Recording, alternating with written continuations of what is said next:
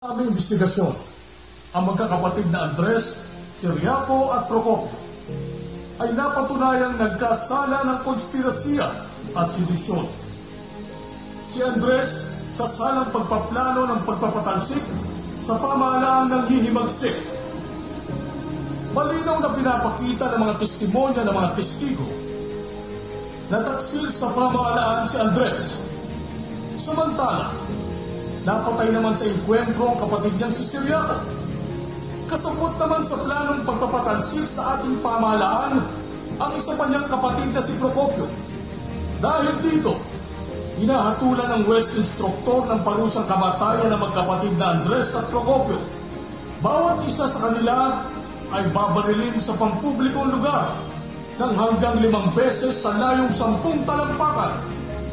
Depende sa laki at bigat ng kanilang kasalanan.